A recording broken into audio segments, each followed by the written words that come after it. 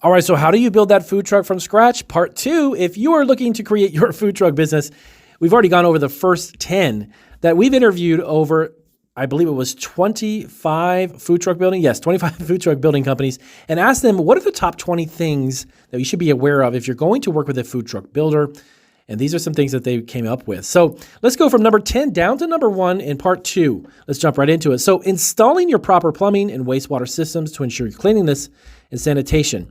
So this is something that a lot of times, if it's not done correctly, can cost you big time when you have your first initial inspection to get signed off and get approval for your food truck to sell food. And you got to make sure it's done right. So if you're working with a food truck builder, of course, they're probably going to make sure that it's installed correctly.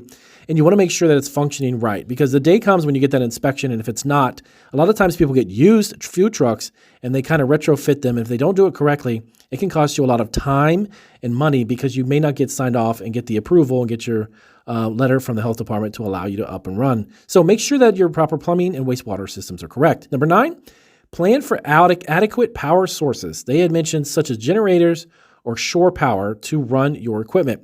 Remember, you got to have enough power. A lot of times generators, when first-time food truck owners may not understand the amount of the quantity of power needed to operate their vehicle if they happen to have gas-powered generators or even solar-powered, whatever it may be.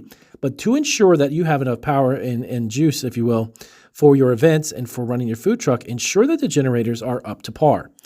Number 8, choose energy-efficient appliances to save on operating costs and reduce your environmental footprint.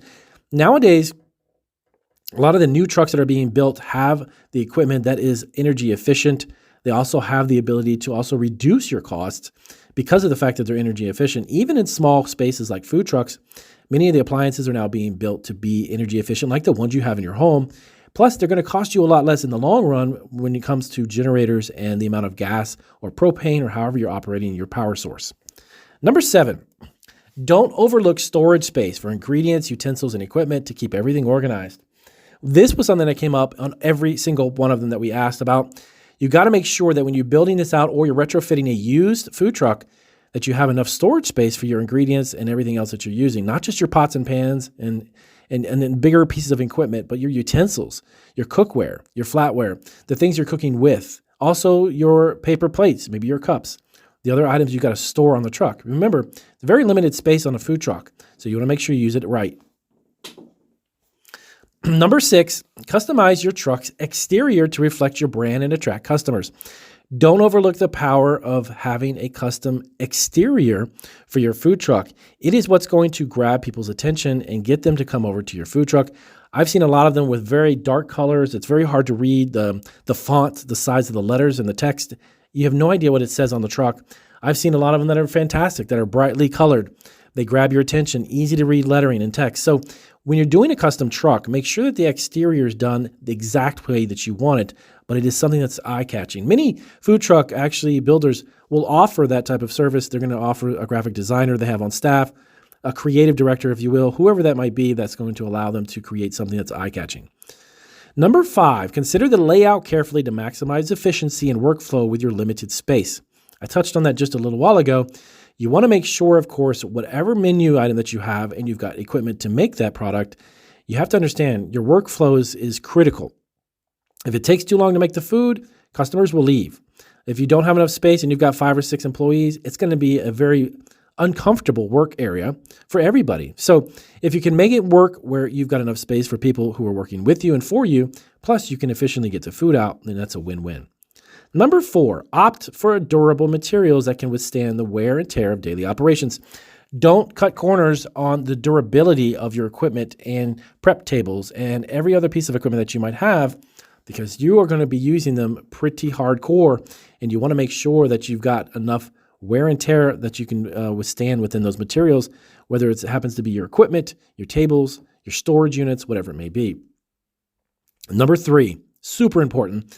This came up, I would probably say, on more than half of the interviews that we had. Number 3, prioritize safety features, guys, such as fire suppression systems, of course, and ventilation to meet health and safety standards. But it's not only for that, but to make sure it's safe for your employees. You don't want people slipping and falling. You don't want people to get burned. You don't want people to have to, get a workers' comp claim. It's just going to raise your insurance. It's going to cost you more money. Make sure it's a safe place for everybody to work, because in the long run, it's going to actually be more better for you financially and the insurance that you've got on your company. Number 2, invest in a reliable and spacious vehicle that fits your needs and complies, of course, with local regulations. Don't cut corners. If you need a bigger truck, get a bigger truck. If you need something that has a different space layout and it's going to cost you a little bit more initially, so be it. Because in the long run, that food truck, you got to know that is your restaurant. That is your business. The physical structure of that food truck is going to be what's going to make your bread and butter. It is what's going to make you money. So make sure you get something that you truly need in size. Number 1, start with a solid business plan outlining the concept and target market and financial projections of your food truck. You need to take this seriously, because the solid business plan is not only for you to potentially get investors or even a loan from a bank or creditors, but it gives you a direction. It gives you an idea, a vision for what you really want your food truck to be. If you want this to succeed, you're not going to do it with all of the bells and whistles and the great food truck and the menu and all that and great service and customer service and all of the employees and all that stuff. You have to have a solid plan, no matter the business. I actually did not. When I first started my food business, unfortunately, I didn't create that solid business plan. But I learned along the way that I needed one, and then I created one. So build it out, because it's going to give you the idea and the vision for what you want to do. So number 1, they all said, have a business plan. No matter who you're going to work through with building your food truck, you need to have it. So these are the last 10 of the 20 things that we actually found when we interviewed 25 food truck building companies. So if you got any questions about this, let us know down below. And of course, as always, subscribe. Food Truck Freaks, we have a ton of great resources. We're always uploading great resources, so you want to stay tuned. I'll see you in the next video.